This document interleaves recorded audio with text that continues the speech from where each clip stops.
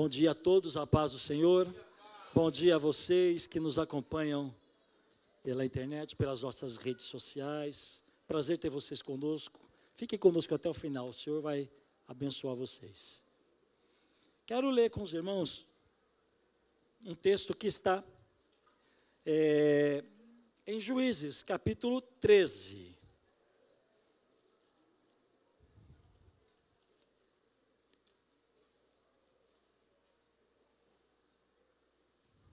Juízes 13. Eu vou ler com os irmãos até o texto inteiro, o capítulo 13 inteiro. Os irmãos sabem que para mim, todo sermão, toda pregação, ela é inteira importante. Todas as partes dela são importantes, né?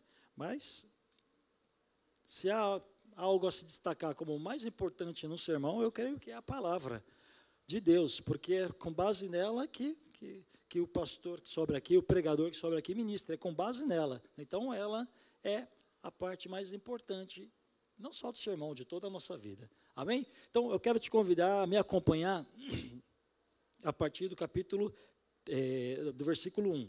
Juízes 13, versículo 1. Os israelitas voltaram a fazer o que o Senhor reprova.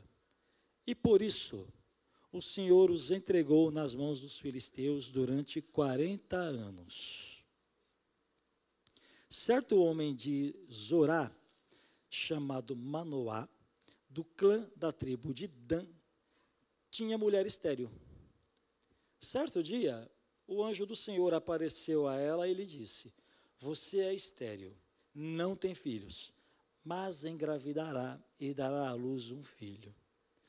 Todavia, tenha cuidado, não beba vinho nem outra bebida fermentada, e não coma nada impuro, e não se passará navalha na cabeça do filho que você vai ter, porque o menino será nazireu, consagrado a Deus desde o nascimento. Ele iniciará a libertação de Israel das mãos dos filisteus. Então a mulher foi contar tudo ao seu marido. Um homem de Deus veio falar comigo. Era como um anjo de Deus. Senhor, eu te imploro que o homem de Deus que enviaste volte para nos instruir sobre o que fazer com o menino que vai nascer. Deus ouviu a oração de Manoá. E o anjo de Deus veio novamente falar com a mulher quando ela estava sentada no campo. Manoá, seu marido, não estava com ela, mas ela foi correndo contar ao marido. O homem que me apareceu outro dia está aqui. Manoá levantou-se e seguiu a mulher. Quando se aproximou do homem, perguntou: foste tu que falaste com a minha mulher? Sim, disse ele. Quando as tuas palavras se cumprirem, Manoá perguntou: como devemos criar o menino? O que ele deverá fazer? O anjo do Senhor respondeu: sua mulher terá que seguir tudo o que eu lhe ordenei.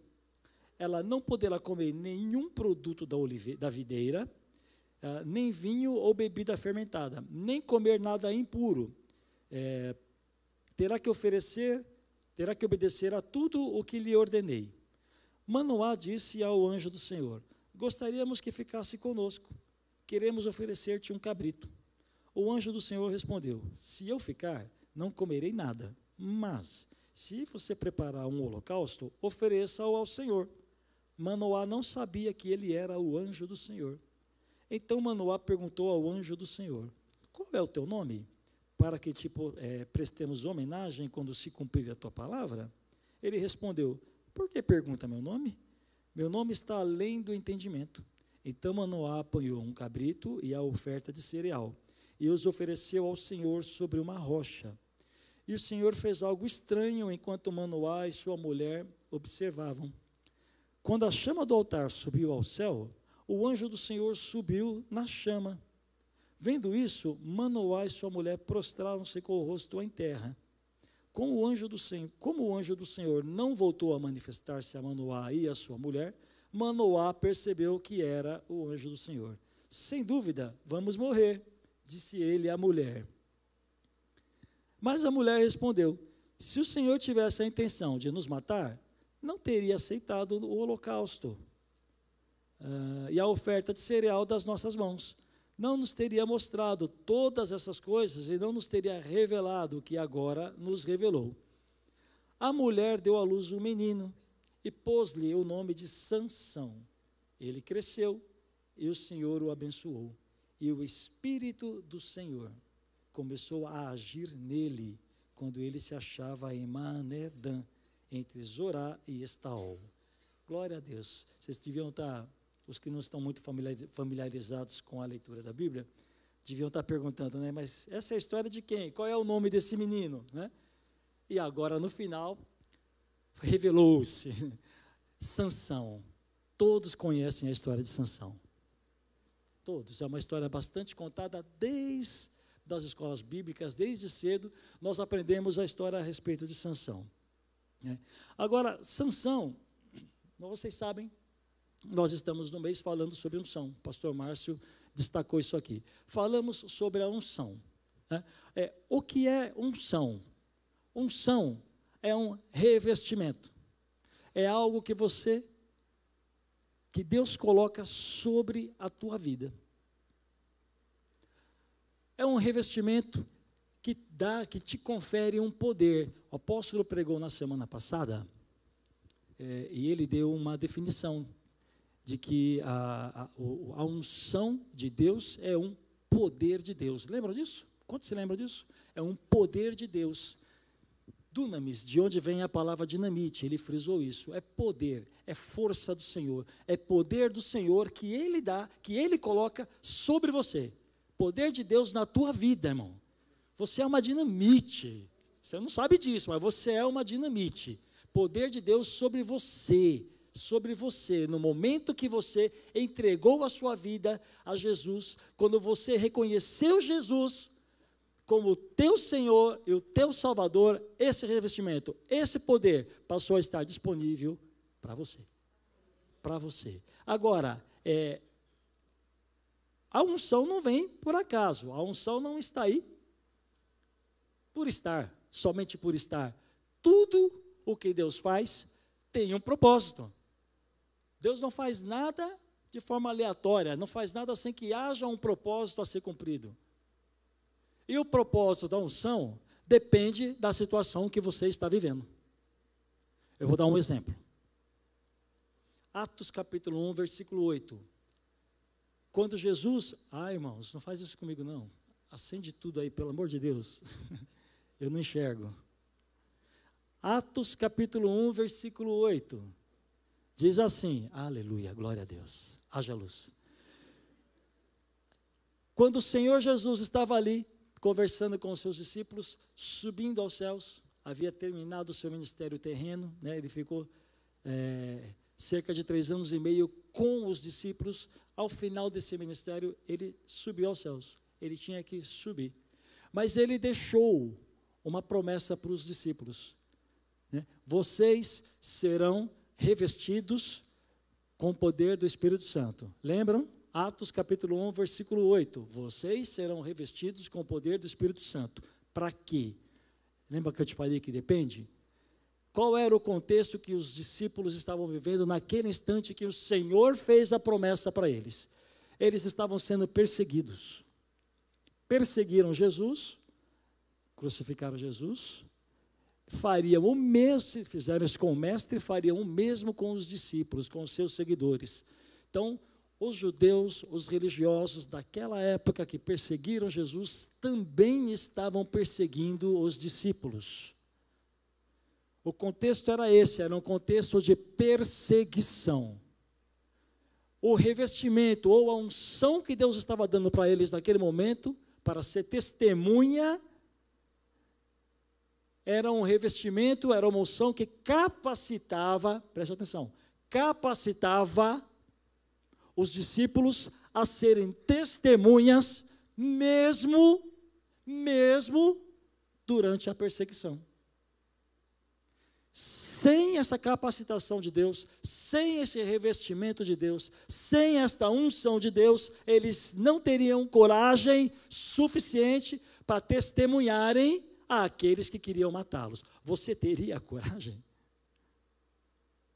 Então foi necessário unção de Deus para este caso aqui em específico. Deu para entender? Então a unção depende. No grupo de comunhão que nós tivemos essa semana em casa, nós falamos sobre a unção para fugiu agora Jesus. Para vencer o pecado. Há uma unção do Senhor na sua vida para você vencer o pecado. É outro aspecto. No grupo de comunhão que nós tivemos numa outra casa essa semana, nós falamos sobre a unção da alegria. Existem momentos da sua vida que você está tão atribulado, naquele deserto. Eu ia falar aquele deserto tão seco, eu acho que todo deserto é tão seco, né? Você está naquele deserto tão sem perspectiva, tão sem saber quando vai acabar, que há uma unção do Senhor na sua vida, uma unção de alegria. Para que serve essa unção de alegria enquanto você está no deserto? Para te dar alegria e paz, mesmo dentro de situações difíceis. O Senhor faz isso conosco para nos animar, para dar esperança. Dá para entender, irmãos, que existem então diversos tipos de unção, depende do momento em que você está passando. Eu estava conversando com a irmã agora ali na porta, e a gente estava lembrando daquela pregação do Fabião. Quantos se lembram dos processos de José? Aí ela perguntou, olha pastor, eu fiquei pensando, até agora eu não sei que processo que eu estou. Falei, pois é minha irmã, eu sei de uma coisa, eu estou no processo ainda, também estou no processo, todos estamos no processo, e precisamos, durante o processo, nós precisamos da unção de Deus, da presença de Deus, do revestimento de Deus, para podermos superar isso, amém? Glória a Deus. Então, não se desanime. Se você não está no processo, é porque Deus te ama. É porque Deus quer te lapidar. Todo diamante tem que ser lapidado. Virei até poeta agora. Você é um diamante. Eu te falei que você é o bem mais precioso do Senhor. Né? O bem mais precioso do Senhor pertence a Ele. Deus está te lapidando. Então, suporte. Fica firme. Não desista, porque o Senhor é contigo. Amém? Agora, o que isso tem a ver? O que essa unção que eu estou falando agora tem a ver com a vida de Sansão, que nós lemos? Quando Deus tirou o povo que estava escravo no Egito, tirou por meio de Moisés. Os irmãos lembram disso. Na caminhada, Moisés, ele gerou líderes. Ele não trabalhava sozinho. Quer dizer, no começo ele até quis, mas o Senhor chamou a atenção dele e ele teve que preparar líderes para poderem suportar o trabalho juntamente com ele. Né? Caminhar com o povo, dividir as cargas juntamente com ele. Então, um desses líderes um desses líderes que Moisés gerou foi Josué. Josué começou como um auxiliar de Moisés. E Moisés investiu na vida de Josué. Moisés abençoou Moisés, transferindo conhecimento para ele, fazendo com que Josué se tornasse um líder, a tal ponto que, quando Moisés morreu, ali no finalzinho de Deuteronômio, lá pelo 28, mais ou menos, salvo engano, está por aí, a morte de Moisés, o novo líder, quem liderou Israel no lugar de Moisés foi Josué. Lembram disso? Os irmãos que estão fazendo a leitura bíblica passaram por isso aí há algum tempo, né? Josué, então, se tornou o novo líder de Israel. Mas eles ainda estavam caminhando no deserto, ainda estavam indo rumo a Canaã, a terra prometida. Vocês se lembram? Essa foi a promessa de Deus. Vou tirar vocês do Egito, eu vou levar vocês para uma terra que mana leite e mel. Eu vou tirar vocês do Egito, de um lugar de morte, e vou levar para vocês para um lugar onde há vida. Mel e leite são os alimentos que não provêm da morte. Qualquer outro alimento provém da morte. Mel e leite não provém da morte. Mel e leite são gerados em vida. Você não mata a vaca para tirar o leite. A vaca dá o leite em vida. Você não mata a abelha para pegar o mel. O mel é dado com a abelha em vida. É vida o que Deus prometeu para você. É vida. quando o Senhor tirou você lá do mundo, você sabe, o Egito simboliza o mundo, aquela vida sem Cristo. Mundo, vida sem Cristo. Quando Ele te trouxe para Cristo, Ele está colocando sobre você leite e mel, vida. É vida. O Senhor falou que o ladrão veio para roubar, matar, destruir, mas Ele veio para te dar. E não é qualquer vida, é vida em abundância. Vida em abundância. Isto em grego é zoe. Sabe o que é zoe? Zoe é vida de Deus. Não é uma vida qualquer, é a vida de Deus em você. Você consegue imaginar isso? É louco, é coisa doida, mas é a vida de Deus em você. É o rio de Deus fluindo em você. Você foi chamado da morte e levado para a vida. É o que a palavra de Deus fala, que nós fomos transportados do império das trevas. Império fala sobre um imperador, um ditador, alguém que não te respeita, que não está nem aí com você, e você foi transportado para um reino de luz, onde tem um rei. Você saiu da mão de um imperador, de um ditador, para a mão de um rei que te ama e traz vida para você. Amém? Esse é o caminho de Deus para você, que você chegue a viver uma vida com leite e mel, vida em abundância, a vida de Deus. No caminho, morreu Moisés, assumiu Josué. Entraram na terra prometida. Mas não é só entrar. Tem que conquistar. Muitos povos estavam já estabelecidos ali. E Josué, juntamente com os israelitas, tiveram que guerrear. Os estudiosos dizem que essa conquista durou cerca de 40 anos. 40 anos andando no deserto, depois mais 40 anos para conquistar. Cerca de 40 anos. Quando a gente lê a Bíblia, a gente pensa, puxa, é uma briga por semana, né? É uma luta semana. Não, vamos lá e vamos atacar Ai, e derrubou Ai, pronto, vamos para outra já, agora. Dá a impressão que é assim, que você lutou uma luta hoje, a semana que vem você já tem outra. Não, isso foi conquistado de forma gradativa, levou tempo para conquistar. E nós queremos as coisas de uma hora para outra.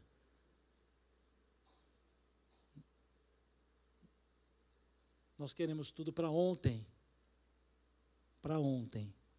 E brigamos com Deus.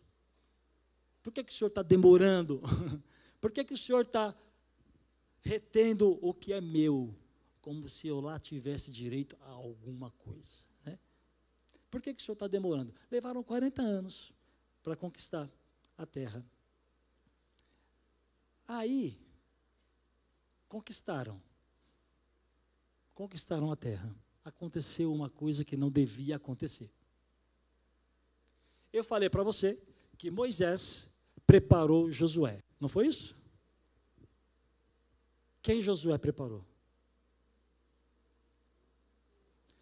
Josué não deixou um sucessor. Haviam líderes com ele. Quando você lê o texto de Juízes, eu li somente o capítulo 13, mas a história de Sansão, e eu estimulo que você leia, vai até o capítulo 16, tá? 16 inteiro, para você entender exatamente tudo que eu vou falar, eu estimulo que você faça isso, que se você não leu, você vai e leia todos os 4 capítulos que falam dessa história. Os 4, 5 capítulos que falam dessa história. Ele não deixou um sucessor, ele não deixou um líder. O que acontece quando não existe um líder, quando não existe alguém para guiar o povo? O povo se perde.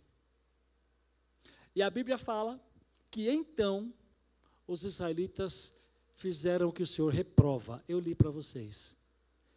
Os israelitas, sem o líder, começaram a fazer aquilo que o Senhor reprova. E começaram a fazer aquilo que era bom aos seus olhos. Nesse contexto, Deus teve que intervir, teve que fazer alguma coisa. A solução de Deus para corrigir a ausência desses líderes foi levantar juízes. Quem são os juízes? Você já ouviu falar. Quem são os juízes?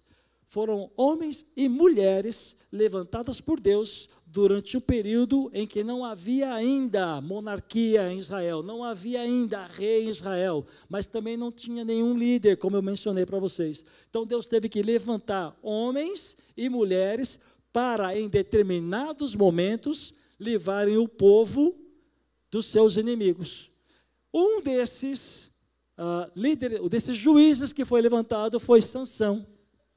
Agora você sabe quem é Sansão. Eu tive que dar essa história, contar essa história toda para você entender por que chegou-se a este ponto. Sansão foi chamado por Deus para ser juiz em Israel.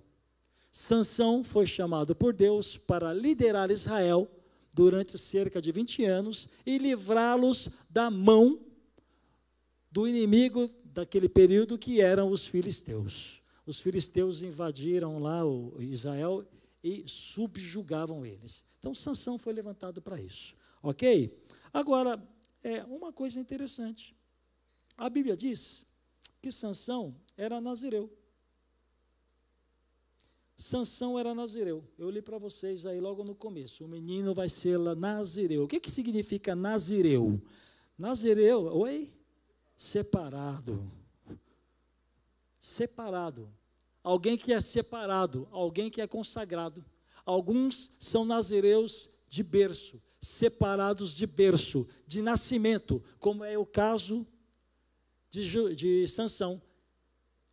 O anjo falou para ele que ele seria separado como nazireu logo que nascesse. Tá? Mas existem pessoas que se tornam nazireus porque querem se tornar nazireus. Eu vou dar um exemplo de alguém que quis se tornar um nazireu. Você é nazireu, sabia disso? Se a palavra nazireu significa separado, consagrado, o que você é? A Bíblia diz que você é santo. Amém? Você é santo. Diga amém só quem é santo. A Bíblia diz que você é santo. E o santo que a Bíblia fala a respeito de você é que você é separado. Você é separado para o Senhor. Você foi santificado para ser separado. Você pertence a Ele. Você é santo. Você é nazireu. Só trocou o nome, mas é a mesma coisa. Santo do Senhor. Agora, Sansão, sendo nazireu, para cumprir a obra que ele tinha que fazer, para cumprir aquilo que Deus colocou na mão dele, ele tinha que obedecer a alguns princípios. Você e eu, para cumprirmos aquilo que o Senhor colocou na nossa vida, há algo do Senhor para você. O pastor Ronaldo que falava há muitos anos que não existe ministério de esquenta-banco. Você está sentado aí, mas tem algo de Deus para você fazer. Deus colocou alguma coisa na sua mão para você fazer. Tem alguém que precisa ser abençoado por você. Amém? Você diz amém a isso ou não? Amém. Tem algo para você. Só que talvez você e eu, quando eu falo você, entenda, irmão, eu estou no balaio, tá? Sou farinha do mesmo saco. Pode ser que você não está cumprindo aquilo que o Senhor colocou na sua mão, porque você cometeu os mesmos erros que Sansão cometeu. Será que você está cometendo os mesmos erros que Sansão cometeu? Quais são os erros? Abra lá em Números 6.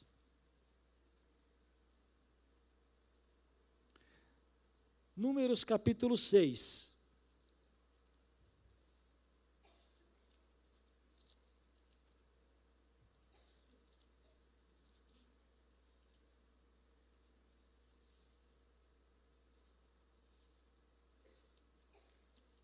Diz assim, o título aqui na minha Bíblia está As Regulamentações do Voto de Nazireu. Presta atenção, como que tinha que ser a vida de um nazireu? Presta atenção. O Senhor disse ainda a Moisés, diga o seguinte aos israelitas, se um homem ou uma mulher fizer um voto especial, um voto de separação para o Senhor como nazireu, terá que se abster de vinho e de outras bebidas fermentadas, e não poderá beber vinagre feito de vinho ou de outra bebida fermentada. Esse é o primeiro requisito. Segundo requisito, não, ainda dentro do primeiro, não poderá beber suco de uva, irmãos, nem comer uvas passas. Enquanto for nazireu, não poderá comer nada que venha da videira, nem mesmo as sementes ou as cascas. Durante o período de seu voto de separação, esse agora é o requisito número 2. Qual é o requisito número 1?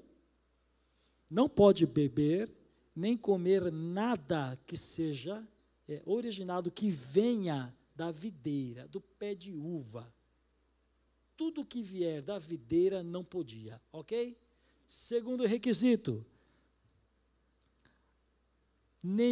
durante todo o período de seu voto de separação, nenhuma lâmina será usada em sua cabeça, até que termine o período da sua separação para o Senhor. Até que termine o período de separação, da sua separação para o Senhor, ele estará consagrado e deixará crescer o cabelo de sua cabeça. Qual é o segundo requisito? Não vai cortar o cabelo. Estranho, não é? Os homens agora vão ter que deixar o cabelo crescer? Tem um simbolismo, eu vou explicar para vocês. Até porque alguns homens vai ser complicado deixar o cabelo crescer, né? Aí acabou a separação. Não, não é isso. Tudo isso eu estou vendo os meus irmãos carecas rindo para mim. Eu espero que vocês estejam só rindo de alegria, não estejam rindo dizendo, eu te pego lá fora.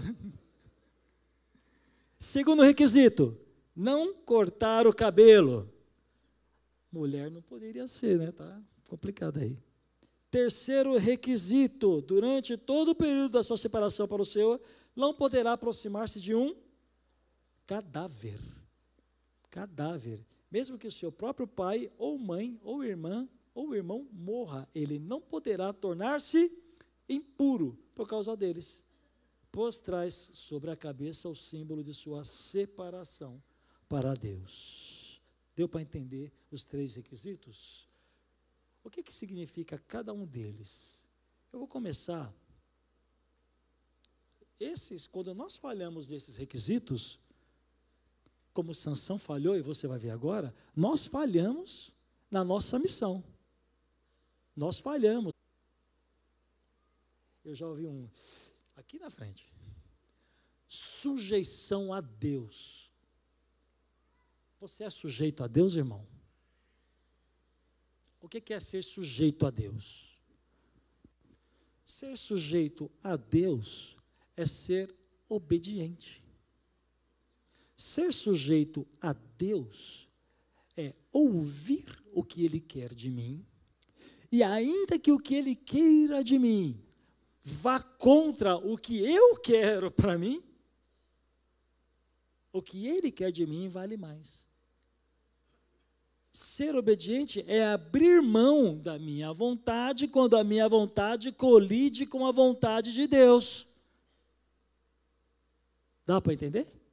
Ser obediente em tudo o que Deus me mandar. Porque quando eu não sou obediente, sabe o que eu estou dizendo para Deus? Eu estou dizendo para Deus o mesmo que um adolescente diz para os seus pais. O que um adolescente diz para os seus pais? Você não sabe de nada. Eu com 14 anos sei, você com 50 anos não sabe de nada. Quando você escolhe fazer a sua vontade e deixa Deus, a vontade de Deus de lado, é isso que você está dizendo. Senhor, o Senhor não sabe de nada. Eu é que sei o que deve ser feito. Foi assim que Sansão começou a sua queda. Um homem que foi separado, um homem que Deus o chamou para livrá-lo, um homem que não poderia nem ter nascido. Ele não poderia nem ter nascido. Sua esposa era estéril, a Bíblia frisou isso, era estéril. Sansão era um milagre de Deus. Assim como você é um milagre de Deus. Você nasceu porque Deus quis. Há uma coisa que não entra na minha cabeça e eu não concordo de jeito nenhum. Talvez você tenha opinião diferente. Mas à luz da Bíblia não existe acaso, irmão. Você não é um acidente. À luz da Bíblia, ninguém nasce por acidente. Deus é o doador da vida. Deus é mais, é o gerador da vida. Deus é o gerador da vida. Ele vai cometer um acidente de gerar uma vida? De jeito nenhum. Claro que talvez as circunstâncias em que alguns foram gerados não foram boas. Eu preciso reconhecer isso. Talvez as mulheres que foram vítimas de um estupro, as crianças nascem de uma situação que não foi boa, mas ainda assim, porque eu acredito que todos nascemos da vontade de Deus, porque Deus transforma isto que é ruim, Deus transforma essa experiência horrorosa, terrível, traumatizante, em bênção na vida dela. Deus restaura, a palavra de Deus fala isso, que Deus restaura cada um de nós. Amém? Então, olha que interessante, você nasceu no plano, no sonho de Deus primeiro, Ele te fez. Você nasceu porque Deus quis, assim como o nosso irmão Sansão, a mulher era estéril, Deus gerou. Ele podia ter escolhido qualquer outro para liderar Israel, ele escolheu gerar Sansão. Deus poderia ter escolhido qualquer outro para salvar a sua família, ele escolheu gerar você, para você ser o portador da palavra lá na sua família. Deus poderia ter escolhido qualquer outro para salvar os seus amigos da empresa, ele escolheu você. Quando eu digo salvar é para levar a palavra, você me entende, né? Quem salva é o Senhor Jesus, né, Vandir? É o Pai que salva, mas você vai ser a ferramenta do Senhor. Ele poderia ter escolhido qualquer outro, mas escolheu você. Se você preferir, assim como o nosso irmão Sansão, fazer a sua vontade e deixar a vontade de Deus em segundo plano, acredite em mim, a Bíblia diz isso. Você não vai conseguir fazer aquilo que Deus separou para você fazer. Abra mão disso. Deixe isso de lado, irmão.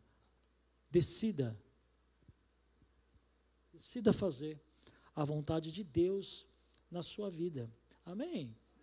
Decida fazer a vontade de Deus para que o propósito dele se cumpra na sua vida. Ele brincava, Sansão brincava com a sua força. Com o dom que Deus lhe deu, com a capacitação. Quando você lê a história completa, você vai entender que ele brincava com a unção que Deus deu para ele. Ele ficava inventando histórias. Os irmãos lembram, né? Se me amarrarem com 7 tiras de couro úmidas, molhadas, aí então a minha força vai embora. Aí os inimigos iam lá, amarravam ele e ele brincava com o que Deus deu para ele. Nós não podemos brincar com o que Deus nos dá. Nós não podemos brincar com os presentes que Deus nos dá. Isso é menosprezar a Deus. Assim como fez Esaú, menosprezou a primogenitura. Vocês lembram o que aconteceu com ele? Não menospreze nunca o que Deus colocou na sua mão. Amém? Esse é o primeiro erro dele. Ele menosprezou o que Deus colocou na vida dele, a unção de Deus na vida dele. Ele acreditava que a sua força jamais acabaria, e por isso acabou se tornando uma pessoa arrogante. Confiava em si, confiava no seu próprio esforço. Irmãos, se a obra pertence a Deus, nós devemos depender dele. Se a obra pertence a Deus, é na força dele que ela vai se cumprir. Amém? Não é na nossa força. Não é na nossa força. Esse é o primeiro conselho que a Bíblia nos dá. Sansão começou a sua queda porque confiou na sua força, porque abriu mão, desdenhou do que Deus lhe deu. Primeiro, então, cortar o cabelo é isso. Obedeça. Não cortar o cabelo significa estar debaixo da vontade de Deus. Segundo, não beber bebida forte. O que simboliza não beber bebida forte? Simboliza manter-me mentalmente são. Aí está fácil de explicar, né? Quem toma umas cajibrina não fica mentalmente são. Kátia, né? Só uma cachaça, não é a Kátia, não. Quem toma umas não fica mentalmente são. Troca as coisas, inverte as coisas. Dependendo de quanto a pessoa bebeu, ela perde até a sua capacidade de discernimento. Não é verdade? Quantos já viram um bêbado aqui? Já? Eu fui um bêbado. Com 15 anos de idade, meus irmãos, a minha mãe está ali, pergunta para ela ali, ó. 15 anos de idade, eu ia nas festas. As festas começavam para mim às sextas-feiras, e terminavam no domingo à noite, não é assim? Olha lá. Sempre tem uma mulher para me acusar. A minha mãe e a minha esposa revezam nessa função. O meu fim de semana na cachaça começava na sexta e terminava no domingo à noite. E a minha mãe já presenciou algumas vezes, eu não sei se minha irmã lembra disso, já presenciou algumas vezes eu sendo carregado por amigos e largado na cama. Imagina sua mãe vendo isto, não é? Imagina sua mãe vendo isso. Tá? Então eu sei bem o que é ser mentalmente, o que é estar mentalmente agredido pela bebida. Eu sei bem o que é isso. O que a Bíblia quer dizer com isso, meus irmãos? É que o seu comportamento é o seu comportamento. A Bíblia nos ensina que nós devemos espalhar o bom perfume de Cristo, não é verdade? O bom perfume de Cristo é o seu testemunho. Você acha realmente que alguém vai buscar a sua ajuda se você não der um bom testemunho lá onde você trabalha? Você acha realmente que a sua família vai começar a prestar atenção na fé que você confessa e segue, se eles verem que você é o mesmo de antes? E não tem lugar melhor do que a família, né, para saber isso. Da família não tem jeito, todo mundo sabe como você era e se você mudou ou não, não é verdade? Isso aponta para o seu comportamento. O seu comportamento é importante. Quando você é um cristão que está interessado em ganhar vidas para Jesus, o que os outros pensam de você é relevante. É ou não é? Aquela história, eu não estou nem aí com o que ele pensa de mim. Se você não quiser ganhar ninguém para Jesus, ok.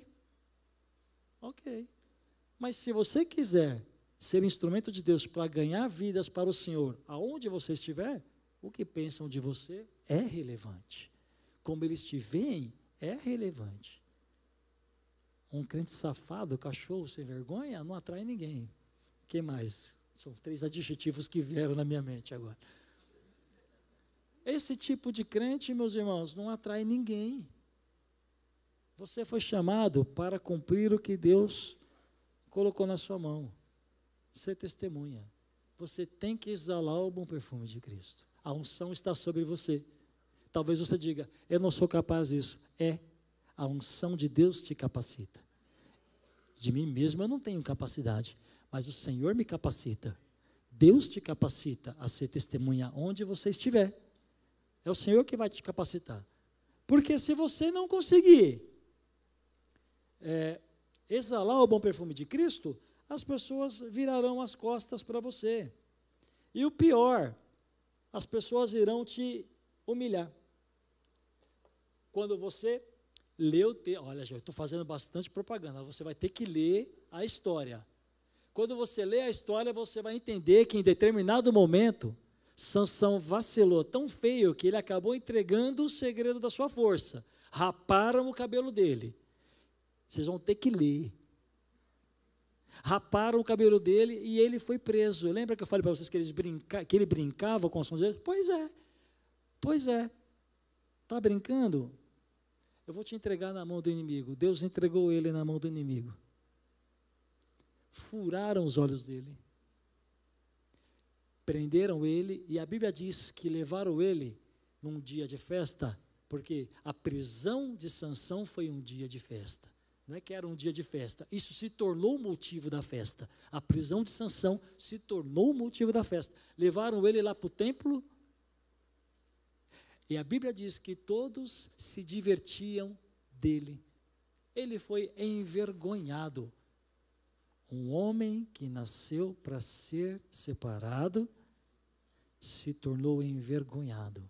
Ele foi envergonhado, porque ele falhou no segundo aspecto também da sua separação. Quando você ler a Bíblia, você vai ver que Sansão, ele gostava de passear junto às videiras. Ele não podia beber, não podia sequer comer o fruto da uva, mas o que ele ia passear, fazer passeando no meio das videiras? É desafiar o pecado. Nós não podemos desafiar o pecado. O pecado vai vencer você se você desafiá-lo. Eu aprendi há muitos anos atrás que para lutar contra o pecado só tem um jeito, é dizer não para ele.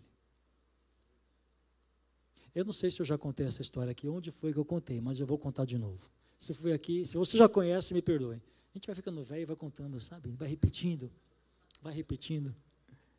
Eu estudava no seminário em 1990 e tinha um professor que falava assim, olha, em 1990 eu tinha 19 anos, meus irmãos. 19 anos. Sexta-feira que vem eu faço 53. 19 anos com os hormônios à flor da pele. Aí me vem um dos professores do seminário dizendo o seguinte: você tem que desafiar o seu pecado. Oi? Como? Vocês são jovens homens. Tenho certeza, isso é ele. Tenho certeza que todos vocês têm problemas com pornografia. Todos vocês. Certeza absoluta. Não precisa ser profeta, né, para entender que a luta do cara com 15 a 19 anos é essa. Vocês têm que entrar numa banca de jornal. Naquela época, quem lembra, né? Hoje não tem mais. Naquela época, os irmãos lembram, banca de jornal. Vocês têm que entrar numa banca de jornal e resistir. Não olhem para a revista pornográfica. Isso lá é conselho que se dá para alguém vencer o pecado? De jeito nenhum. O conselho é: não vá lá. Você sabe aonde você tem problema? Essa pergunta eu estou fazendo para vocês, não respondam, é retórica apenas. Não responda. Você sabe onde você tem problema? Olha o conselho do pastor: não vá lá. Não vá lá. E se por acaso você tem que ir aonde está o seu problema, lembra de José? José não tinha escolha, ele tinha que ir. A mulher do Potifar estava todo dia lá e ele tinha que trabalhar, ele trabalhava lá. Quando ele foi assediado, qual foi a atitude dele? Não quero, eu não vou quebrar a minha aliança com o Senhor.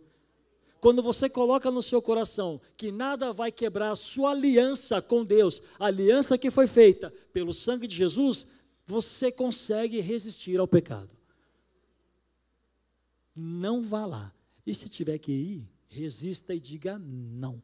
Sai fugido, igual fez José. Corre, irmão. Não dá boi, porque o pecado é terrível. Não é terrível? O pecado é terrível. Esse foi o segundo erro de Sansão. Caminhava ali pertinho do pecado, até que caiu. Segundo erro de Sansão. E o terceiro? Pode ser que você esteja cometendo esse erro também. Eu falei do primeiro, né? Pode ser que você não esteja se sujeitando a Deus. Começa a queda. Segundo, pode ser que você esteja bebendo bebida fermentada, que simboliza andar de braços dados com o pecado. Andar de braços dados com o pecado. Pode ser que você esteja assim, meu irmão. Mas pode ser também que você esteja cometendo o terceiro erro. Ele também era proibido de tocar em cadáveres. Porque o cadáver gera impureza. Quando o israelita tocava em um cadáver, um israelita comum, vocês leram isso lá em Levítico. Quando o israelita comum toca num cadáver, ele tinha que ficar um período se purificando, para só depois poder retomar a sua vida cerimonial, sua vida com Deus de forma normal. Lembram disso? Para um nazireu é diferente, é pior. Para alguém que é separado, é pior. Sansão, ele matou um leão. Leia a história inteira. Ele matou um leão. Questão de sobrevivência. Quando você lê, você vai entender que ele tinha que ter matado. A Bíblia diz que a força dele era tão forte que ele rasgou a boca do leão como se rasga um papel. Tamanha a força desse homem. Por quê? Porque a unção de Deus estava sobre ele. Lembra? A unção que te dá força. A unção que te capacita. Ok, matou um leão para não ser morto. E foi embora. Mas a Bíblia narra que ele voltou depois. E tocou no cadáver. Uma desobediência que ele sabia que não deveria cometer. Tocar no cadáver fala sobre impureza. Agora, sabe de uma coisa? Tocar no cadáver significa também o pecado. Significa também pecado. Também simboliza estar andando de braços dados com o pecado. Mas simboliza também alguém que não é puro diante do Senhor. Alguém que não é transparente diante do Senhor. Alguém que carrega em seu coração, olha, é assim, eu vou tentar trazer um exemplo claro. É alguém que, por exemplo, não é casado, não trai a sua esposa, mas na sua mente carrega desejos de fazê-lo. Na sua mente carrega, talvez, experiências do passado. Bom, no passado eu fui assim. Me converti, me casei e agora sou assim. Mas eu ainda continuo trazendo em meu coração um resíduo da impureza que eu tinha lá. Conseguiram entender? Consegui me fazer transparente? Pode ser que no seu coração você ainda esteja carregando alguma impureza lá do velho homem. Você agora é nova criatura. Você agora é lavado e remido no sangue do Cordeiro. Então, as coisas do passado devem ficar enterradas na sua vida. Você não deve ressuscitá-las nunca, jamais. Se você é um desses, você está no lugar certo. O Senhor está aqui para limpar você, para tirar você de toda essa sujeira. Porque, com certeza, se você estiver cometendo esses erros que Sansão cometeu, você vai ser envergonhado como ele foi. Você não quer ser envergonhado, né? Por favor, deixa eu chamar os irmãos para me ajudar. Queria que você ficasse em pé no seu lugar.